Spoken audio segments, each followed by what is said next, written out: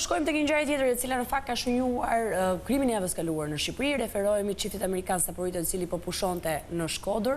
Nga Shqipëria do të udhëtonte gjithë Europën, kishin shitur edhe makinën e tyre për ta shijuar këtë aventurë së bashku, por fundi ishte tragjik sepse gruaja i gjeti vdekjen nga duart e bashkëshortit.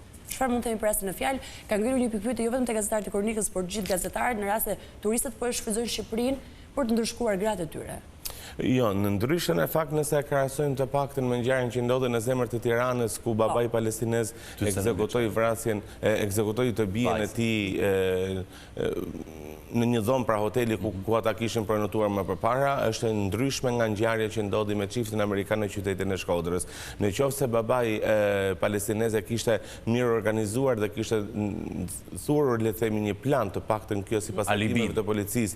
Jo, alibia qëndronte për shkak të moralit, për shkak se vajza donte të bënte një jetë perëndimore, ishte divorcuar nga bashkëshorti i saj, fëmijët e saj jetonin me ish bashkëshorti në Libi, pra kishte zgjedhur një jetë le të themi më perëndimore, çka binte ndesh me parimet e familjes së saj të origjinës nga Palestina, të babait dhe të nënës. Zëjati në fakt ishte i divorcuar nga ama dhe shpeshherë ato kishin përplasje me njëri tjetrin për shkak të ndikimit që babai i shprehte që i kishte ushtruar ama pra për shkak të divorcit dhe jetës perëndimore në Gjermani, dhe kjo ishte le të themi zanafilla dhe moda e sherrit mes familjes palestineze. Ekzistojnë të paktën dhe disa le të themi hetime, qoftë nga policia gjermane, por dhe nga policia shqiptare tashme, për shkak se vrasja ndodhi në Tiranë, ku e reja praktikisht dispononte disa video le të themi të papërshtatshme, duke mos u ndalur shumë në detaje, intime, të cilet praktikisht sjellin indinjatën e babait të saj dhe të prindërve të saj. Jo vetëm kaq, para ai kishte kërkuar edhe para të amës, ku i thonte që më shantazhojnë pra me këto video intime,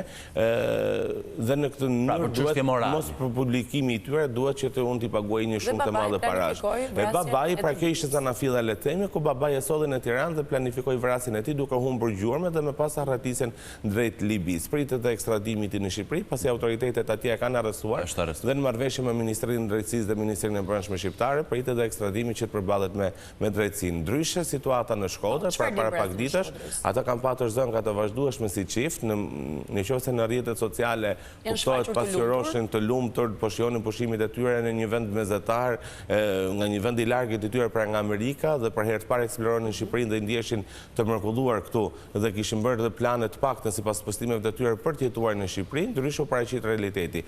Kishin zënka të vazhdueshme me njëri tjetrin për shkak të konsumimit të alkoolit të autorit të dyshuar, i cili tashmë dhe krimin e ka kryer në efektin alkoolit. Në efektin alkoolit, por menjëherë ai është penduar të paktën sipas dëshmisë së tij në policinë e Shkodrës, dhe sapo ka parë atë çka ka shkaktuar për vdekjen e bashkëshortes së tij, ka tentuar të japi fund vetes, jetës së tij duke prerë damare. Dhe në momentin e arrestimit, duke që policia pra kur e shoqëron me ambulancë, duart i ka të gjakosur, por menjëherë është dërguar në spitalin rajonal të Shkodrës. Jeshtë rrezikut për jetën, ai kuptohet nuk ka shkaktuar dëm të thella le të themi pra në duart e tij, duke i shpëtuar jetën, ka parë vetëm disa le të themi plagë të lehta ku ka marrë mjekimin ndihmën e parë dhe më pas është dërguar në komisariatin e policisë së Shkodrës. Ai tashmë përballet me akuzat, ndërsa nga ana tjetër me ndërhyrjen ose le të themi kanë qenë dhe një përfaqësues të ambasadës amerikane atë ditë në Shkodër, në ditën e ngjarjes, ku kanë bërë të mundur dhe tërheqjen e trupit të viktimës në morgun e Tiranës dhe pritet që ai të dërgohet. Por para se të shkojmë atje, çfarë ndodh me autorin? Pritet që të ekstradohet apo do kemi edhe përfshirjen e institucioneve ndërkombëtare? Ai mund të vuajë dënimin e tij në Shqipëri, më pas janë procedurat të tjera ato nëse ai pra mund të dërgohet në përdesa krimin e ka kryer në Shqipëri, pra ai është ligji shqiptar patjetër që do të dënohet. Pra nuk mund të ekstradohet në Shtetet Bashkuara të Amerikës, apo është një procedurë që mund bëhet me kërkesë dhe do duhet kohë që. Kjo patjetër që do kohën e vet, por përdesa krimin e ka kryer në Shqipëri për vrasjen e bashkëshortes, dënimin mund ta kryejë edhe në burgje shqiptare. Nuk ose kërkohet për llogari të shtetit amerikan dhe u kap në Shqipëri dhe mund të ekstradohet në Amerikë. Por nuk ndodhemi përpara faktit që turistët e huaj e zgjedhin Shqipërinë për të kryer këto. Jo, në lidhje me Shkodrën jo. Patjetër që jo, me të paktën me Shkodrën jo, të paktën në dëshminë e tij ai ka shprehur që ka patur konflikte të vazhdueshme me bashkëshorten, ajo e fundonte dhe le të themi e shante për shkak të ndikimit dhe në efektin e alkoolit, pra arritin në momentin që ka qenë në efektin e alkoolit dhe arritin le të themi në veprimin ekstrem duke marrë një thikë dhe duke lënë të vdekur bashkëshorten e tij. Vetë fakti që është deklaruar dhe është provuar që ka qenë i dehur në kryen e krimit, rezulton kjo në ulje të dënimit nëse i referohemi dhe gjë? Jo, i takon gjykatës me pas, krimi kuptohet, është zbardhur, autori shkapur në flagrancë, kushtet për të janë tepër të disfavorshme, le të themi, nuk ka rëndësi nëse ka qenë në efektin e alkoolit apo jo. Rëndësi ka që ai nuk ka patur një plan, le të themi, ose në gjaktësi për të ekzekutuar dhe bashkëshorten e tij. Kjo mund të sjellë disi, le të themi, një përfitim për të, por kuptohet që përballja me ti me ligjin do të jetë ashpër.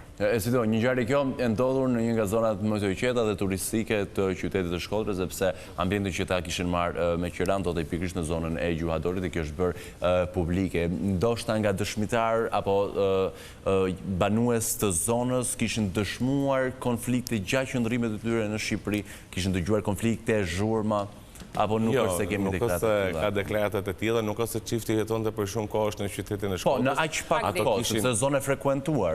Patjetër që po, por nuk është se kanë patur debate në kuptimin e fjalës që të hapeshin në hapësirat publike dhe më pas të përfundonin në këtë lloj tragjedie. A janë banesat me qira ditore, le ta quajmë, një pikë ku duhet shtuar kontrolli për sa i përket institucioneve, sepse në kaq pak javë kemi 2 ngjarje të ngjashme me njëra tjetrën, pra të huaj që vrasin familjarët e tyre në Shqipëri. Ndoshta jo njësoj me rastin e 2 palestinezëve, por që përsëri 2 të huaj në vendin tonë që ekzekutojnë krimin e tyre në ambiente me qira. Shiko, kontrolli nuk mund të ushtrohet sepse krimi mund të ndodhet edhe në banesën e tyre ose në banesë marrë me qira për një kohë të gjatë ose në një dhomë hoteli. Pra nuk parashikohet dot krimi ndodh në banesat e Airbnb dhe nuk ndodh në ato që janë në pronësi të një banese të tyre. Po do të dorëzimi dokumentacion? Absolutisht jo. Edhe me banesat e Airbnb kuptohet që ato dorëzojnë një dokument identifikimi, qoftë një pasaport ose një dokument identifikimi për nëse janë shtetet shqiptar, nuk është se mungojnë, le të themi, identifikimi përmes pronarit të banesës, i cili jep banesa me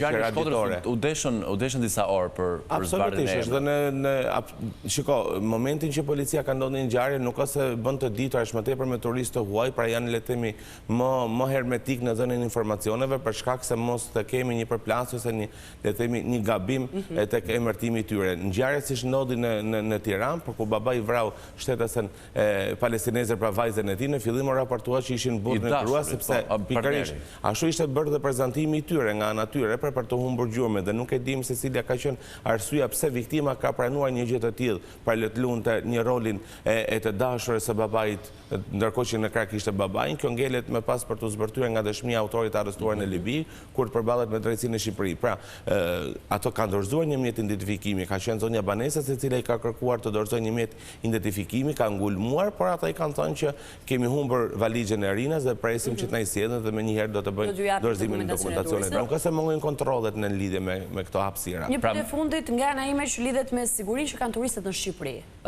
Ne të paktën nisur nga raportet e fundit, por edhe nga ajo çka kemi diskutuar së bashku në studio, listohemi një ndër vendet e sigurt për sa i përket turistit. Në vitin e kaluar, nëse nuk gaboj, ose të paktën para 2 verësh, por jam i bindur vitin e kaluar, nuk ka patur asnjë incident ose ngjarje të rëndë ku ka patur në fokus me turistët e huaj. Kjo në fakt një bërorritje të paktën nga institucionet e drejtësisë dhe të turistike në vendin tonë, duke lobuar, le të themi, dhe duke pasqyruar që Shqipëria është e sigurt dhe një parajs sa i takon pushimeve verore, sidomos në Bregdetin mesatar.